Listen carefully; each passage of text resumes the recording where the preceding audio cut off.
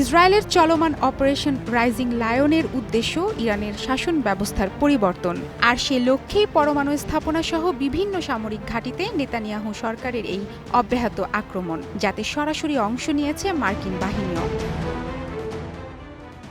ইরানের শাসন ব্যবস্থার পরিবর্তন বা সরকার পতনের লক্ষ্য অর্জন করা খুবই কঠিন, এই ধারণা খোদ ইসরায়েলি বিশেষজ্ঞদের।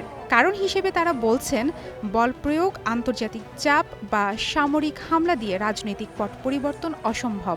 একই সাথে তা জটিল ও দীর্ঘমেয়াদী প্রক্রিয়া, যেমনটা মনে করেন অ্যালন লিয়েন, যিনি আঙ্কারায় ইসরায়েলি দূতাবাসের সাবেক চার্জ দি অ্যাফেয়ার্স, জায়নবাদী দেশটির পররাষ্ট্র মন্ত্রণালয়ের সাবেক সচিবের দায়িত্বও পালন করেছেন তিনি।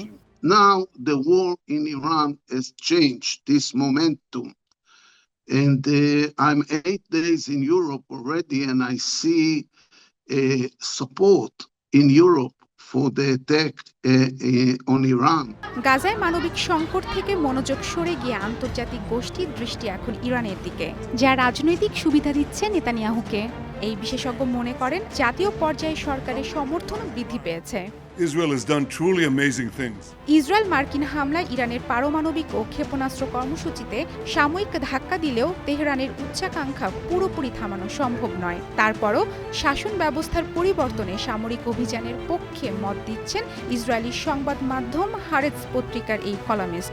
এমনকি রাষ্ট্রীয় টেলিভিশন স্টেশনে হামলাকেও সমর্থন করেন ইসরায়েলি সাংবাদিক গিডিয়ন লেভি।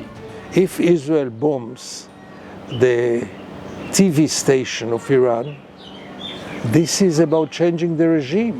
13 জুন ইসরায়েল ইরানের বিভিন্ন সামরিক ও পারমাণবিক স্থাপনায় ব্যাপক বিমান হামলা চালায়। তেল আবিবের দাবি, এই হামলা ইরানকে দুর্বল করে ফেলেছে।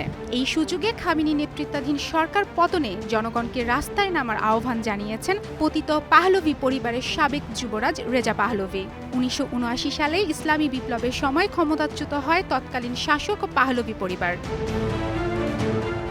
ইসরায়েল বা নির্বাসিত রেজা পাহলভির আহ্বানকে প্রত্যাখ্যান করেছে ইরানি জনগণ। বিদেশি শক্তির আক্রমণের পর অভ্যন্তরীণ বিভেদ ভুলে এখন ঐক্যবদ্ধ তারা। খামেনি সরকারের সমর্থনে স্বতঃস্ফূর্তভাবে নানা কর্মসূচি পালিত হচ্ছে দেশ জুড়ে। মারফুয়াতুন নুর রুচি, স্টার নিউজ।